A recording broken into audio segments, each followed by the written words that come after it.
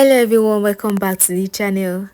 Do you want to clear out some old voicemails?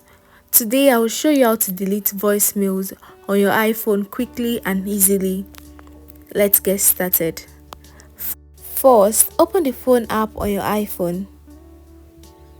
Tap on the voicemail tab located at the bottom right corner of the screen. Find the voicemail you want to delete. Tap on it and select it.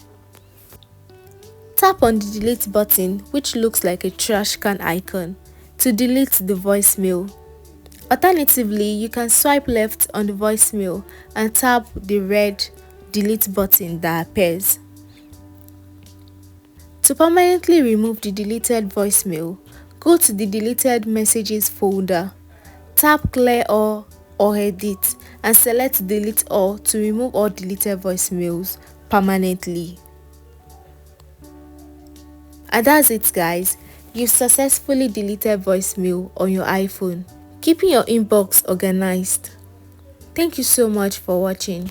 If you found this helpful, please like, comment and subscribe for more quick tips, and I will see you next time. Bye and God bless you.